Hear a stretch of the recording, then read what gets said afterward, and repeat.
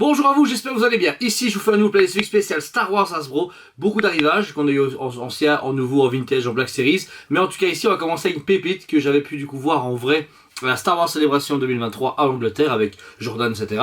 Donc ici, j'ai pu du coup dégoter la version Star Wars Celebration de Vador. Alors, le packaging est cool déjà, vous pouvez voir. Donc il y a déjà une belle finition, un peu ce côté Revenge of the Jedi, donc le 40 ans de l'épisode 6.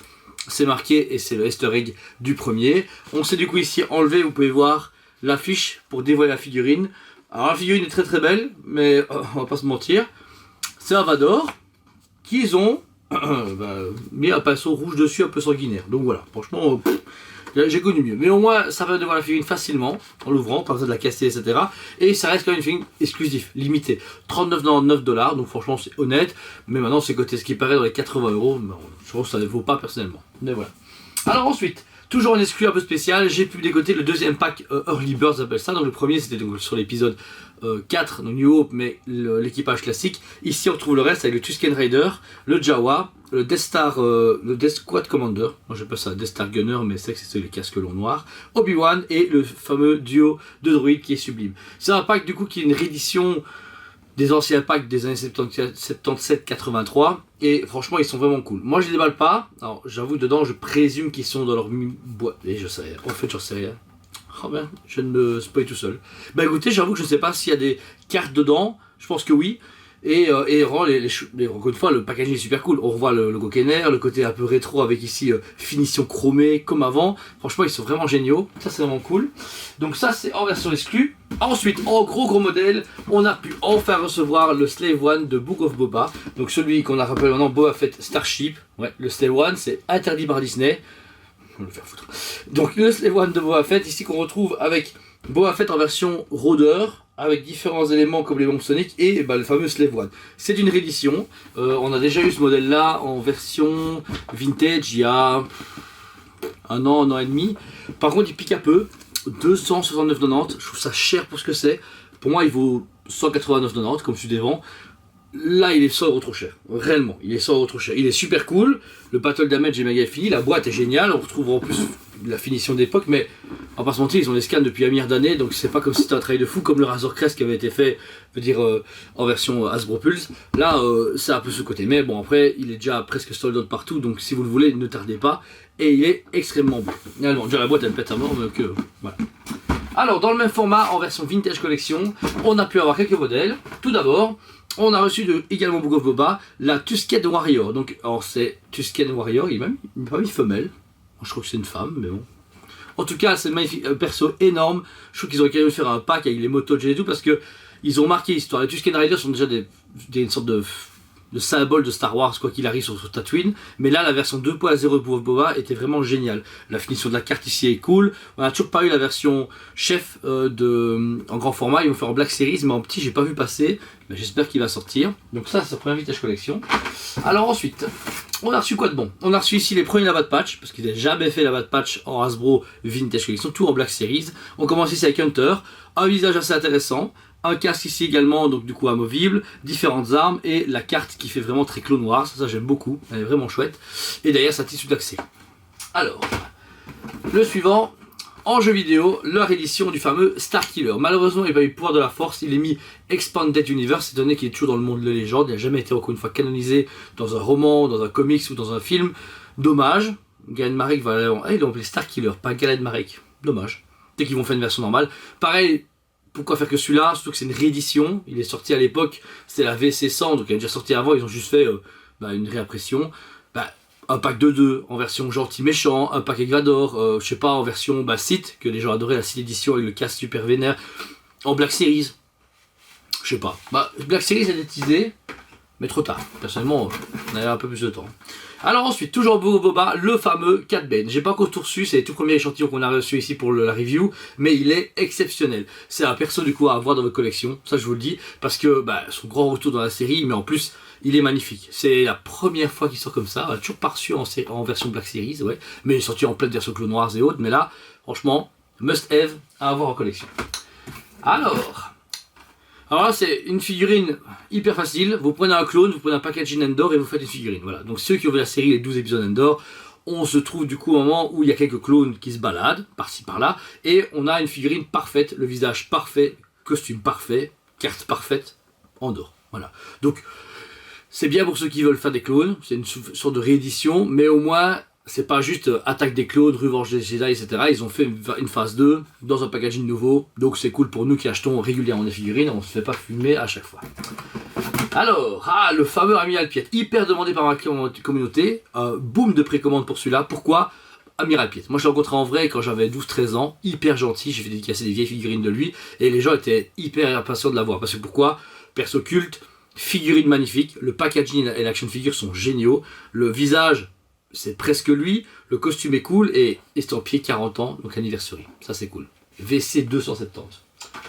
Et ben, ne rajeunit pas. Et pour terminer, on avait eu 3 Boba Fett exclusifs en recolor comme d'habitude. Le premier est déjà sorti, celui-ci c'est le deuxième, ils appellent ça la Vintage Comic Art.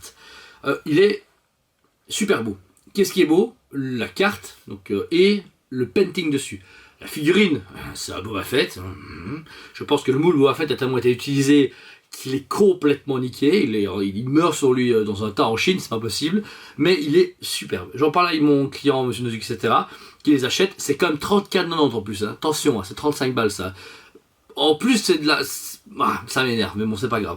Mais sinon, il est sublime. Le painting est génial. Et je pense que ça accompagne en plus la version limitation. C'est vrai qu'il est quand même... Il a été moins distribué, on n'a pas pu en commander genre 1 milliard, donc ça montre un peu ses limitations, mais quand même. Je veux dire, au mieux de 29,90, 29,90, ok, mais 35 €.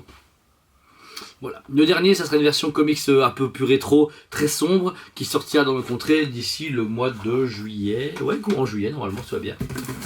Bon, bah c'est vide. Alors, ensuite, en Black Series version vintage, on a reçu le fameux Pablo, donc ici qui ressort pas en petit mais en grand, ils l'ont fait en petit il y a plus ou moins un an ou deux, et là on le retrouve en version anniversary 40 ans, et encore mieux fait qu'avant, il est génial. Il était sorti déjà il y a un an ou deux en Comic Con exclusif avec la moto, quand il est en train de se balancer, c'est un pack Endor Comic Con 2021-2022 de mémoire, donc là il est ressorti en mode normal avec son packaging. Et toute dernière nouveauté, j'en suis très fier, franchement même si c'est pas la sortie d'année pour certains, on a eu le pack donc, de Luke avec Grogu, de Book of Boba également. La série est sortie en fin 2021, je pense de mémoire, donc c'est bien des erreurs 2023, c'est pas mal. Donc déjà la fresque est géniale, et on retrouve ici Luke sabre laser et Grogu en train de sauter pendant que la sphère lui tire dessus. Donc il est hyper complet, ça c'est cool. Malheureusement on se répète, pas de Mika, on voit que dalle, donc devinez que Mark Hamill est beau, le faux Mark Hamill, et devinez que le socle est cool. Mais franchement c'est une très très belle surprise et un beau pack. Oh, une minute! Et avant de finir Star Wars, forcément, on va passer des Indiana Jones. Pourquoi? Parce que gros coup de cœur de ma part, j'ai vu le film au cinéma avec mon équipe. Indiana Jones 5, c'est une pure tuerie. Personnellement, les critiques, elles peuvent se faire voir, complètement. C'est un film qui est pur, magnifique, nostalgique, magique, aventure. Voilà, tout y était. Les 3 premiers, énormes. Le 4, discutable, chouette. Ça aurait pu une série Disney Plus à l'époque. Mais le 5, belle clôture. On voit qu'il est vieux, mais ce dernier baroud d'honneur est magnifique. Et donc on va parler d'Hasbro, parce que les figurines sont sorties également depuis déjà quelques mois. Je vous en montre toujours, parce que je suis hyper fan d'Indiana Jones. Et ici, vous pouvez voir, on a récupéré le fameux Professeur Jones du 3e opus, qui est génial. À chaque fois les fresques, je peux dire que c'est comme Making des surprises, ouais, leurs packaging sont pas terribles. C'est le 6e de la série 1. La série 1 était formée du coup ici du Major Arnold, de Marion, de Salah, d'Indiana Jones, du premier, et de René Bullock. Et ici, du coup, ils avaient fait juste après le professeur, mais qui est tiré du 3e opus. Ensuite, mon préféré, il me rappelle les vieux jouets de mon père, on a le Indiana Jones en version, du coup, camouflé, avec son sceptre, qui permet de voir où est la chambre cachée, où il y a l'arche perdue, l'arche d'alliance. Encore une fois, la boîte exceptionnelle. Le produit, j'en saurais jamais rien. En fait, Jordan a acheté un Indiana Jones et il a toujours pas montré déballer ce trou de balle. Ouais, j'ai tout emballé, je ne scelle rien, je sais, je suis con, je ferais bien jouer avec, mais il n'y a personne qui veut jouer avec moi, donc je joue pas tout seul. Et je vais demander à Joe à quoi ça ressemble, je ferai même une vidéo avec la sienne. Et pour terminer en version Black Series, enfin Aventure Series, on a Cassim, donc le fameux Templier qu'on voit dans le 3e opus qui se bat contre Diana et puis qui l'aide, etc. Cool, parce que je suis content qu'ils fassent pas juste encore une fois les 4 principaux. Ici en précommande, on a pu voir cette semaine, il y a le chevalier, donc le chevalier de la table ronde, des croisés de mémoire, qui est en précommande. Il y a la femme du 3, il y a Indiana Jones et Henry Jones. Et c'est génial, franchement, c'est exceptionnel. Et pour terminer, ça c'est les meilleurs, réellement c'est les meilleurs. La série 1 est sortie, donc 5 figurines. Là c'est la série 2, où on en retrouve donc les suivantes vintage. Tout d'abord, on a Indiana du deuxième opus, Tomb of Doom. Génial. Bon, il est moche à mourir, parce que c'est vraiment une vieille figurine Kenner. Hein, mais tout y est. En plus, ils ont remis comme avant, du coup, il y a 2001 et lui.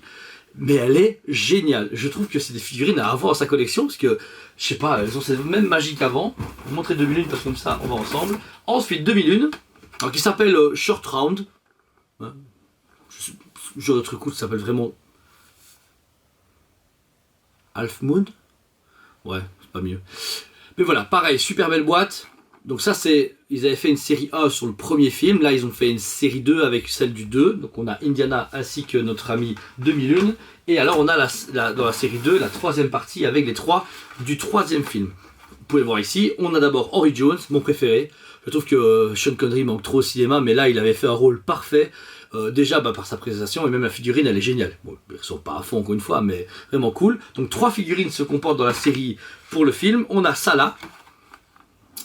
Comme vous pouvez voir là, la photo est bien choisie, hein. En mode bagarreur, la figurine, bah ouais, c'est une personne égyptienne, c'est marrant. Mais ce que j'aime bien à l'époque, c'est qu'il faisait les bonnes proportions. Quand on voit Indiana, et ça là aussi est magnifique, les packaging, et bien en fait on retrouve la corpulence. Ils ont quand même, à l'époque ils faisaient chier avec les moules de faire que ça là est un peu plus fort et un peu plus rondouillard, d'Indiana Jones. Indiana Jones a forcément le calice, enfin le Graal, ainsi que son flag, et il est sublime. Franchement, elles sont magnifiques. Elles sont à 22,90€. C'est un budget, mais bon, vous savez très bien, hein. Quand on est pigeon, on les jusqu'à fond. Donc voilà, j'espère que ce PlayStation vous a plu. Vous avez pu voir que j'ai refait un peu ma salle, je compte faire beaucoup de vidéos dessus. J'ai bientôt fini les premières salles des astéroïdes, donc vous allez bientôt voir des reviews sur TikTok, Instagram et Facebook, mais sur les versions short, etc. Parce que j'aurais bien avoir des vidéos plus courtes. Mais sinon, du lourd va arriver. Le projet secret est en train d'avancer doucement. Malheureusement, actuellement avec la crise, c'est un peu compliqué. On a beaucoup travaillé pour que ça tourne, parce que vous doutez bien. Mais merci à vous tous. On a plein de bons retours des PlaySfig, plein de bons retours des reviews. Avec Johan, on va faire des reviews de malade mental. Réellement, on est en train de se faire livrer des trucs de dingue, en grand et petit format. Et justement, comme on va lancer Astéroïde, vous allez pouvoir non seulement voir les reviews des figurines, les reviews des grosses statues, mais les reviews de tout ce qui arrive en studio, Hot Toys, machin. Je vais vraiment pas mal relancer tout ça, et également des lives. Je voudrais bien lancer un peu plus de petits lives Facebook, des lives YouTube avec mes collaborateurs. Voilà, j'ai plein d'idées, je comprends pas abandonner, parce que c'est le moment parfait pour se battre. Parce que là c'est la merde. Je trouve que ces 4 dernières années, caca boudin. Non, 3 dernières années. Ouais, 3 ans de merde. C'est casse-bonbon, surtout à Liège. Après, je veux même pas savoir de la France. Franchement, amis français, je vous plains. J'ai vu l'actualité, c'est horrible. Dans tous les camps. Dans tous les camps. Pauvres garçons, pauvres gens qui se font brûler leur bagnole. Franchement, c'est horrible. J'ai même pas envie d'en parler parce que ça me chagrine réellement. Ça me touche humanitairement, ça me touche. Ça me déchire le cœur de me dire que ça va aussi loin. Imaginez, moi je serais à un magasin en France, et les mecs ils arrivent, ils font ah bah tiens, je suis en colère, je défonce Toys Pet. Mais j'ai rien fait moi. J'ai rien fait, moi je vends du jouet et je me mets à la place de tous ces commerçants qui ont pris cher. Mais en même temps, bah. Waouh! Franchement, courage à tout le monde. Parce que je sais que j'ai des clients de tout, de toutes les couleurs, de toutes les fonctions, hein, policiers ou civils ou commerçants ou je sais pas quoi, tout ce que vous voulez. Et voilà, c'est triste, franchement c'est vraiment triste. Je vous soutiens à tous de tout mon cœur, réellement, parce que je voudrais pas vivre ça, de tous les camps. Moi je fais de mes jouets, et c'est pour ça que je fais toujours des vidéos, parce que j'espère que ces vidéos vont vous faire rire, vous allez passer un bon moment, vos cœurs, vous allez dire ok, Jules m'a motivé, pas les steaks, je vais dehors, je vais travailler, bam, rien casser, vous doucement, hein. Vous faites des gros câlins à vos enfants, vous caressez votre chien, vous embrassez votre femme, ou votre compagnon, ça dépend forcément, ou les deux, ah oui, et tous les trucs, mais surtout, gardez espoir, amusez-vous bien, c'est le plus important. Voilà, allez, on se dit à la semaine prochaine, je vous aime beaucoup, et je vous dis à très bientôt. On vous aime beaucoup, et on vous dit à très bientôt.